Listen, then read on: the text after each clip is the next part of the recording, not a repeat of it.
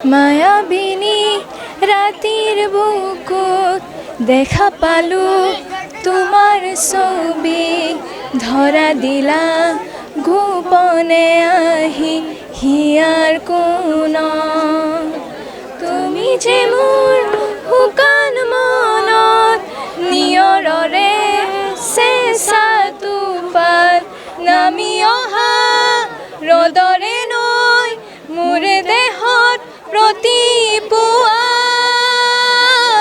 ধুমুহাৰ সতে মোৰ বহু যুগৰে নাচোন এন্ধাৰো সঁচা মোৰ বহু দিনৰে আপোন নিজানত গান মোৰ শেষ হ'ব ভাবোঁ তোমাৰ বুকুত। একচুৱেলি আজি এই পূজাৰ প্ৰথমটো বেলবৰণৰ দিন, কিন্তু আমি শিল্পীগৰাকীক জুবিন গাৰ্গক হেৰুৱাই পেলাই আমি এই বেলবৰণা উৎসাহ অনুভৱ কৰিব পৰা নাই। যদিও দৈনন্দিন যিখিনি দৰকাৰৰ কাৰণে পূজাখিনি আগবঢ়োৱা হৈছে, কিন্তু এই যেন পূজাত এটা উৎসাহ আৰু আনন্দ নাই। তথাপিও সেয়া কামখিনিতো কৰি যাবই লাগিব।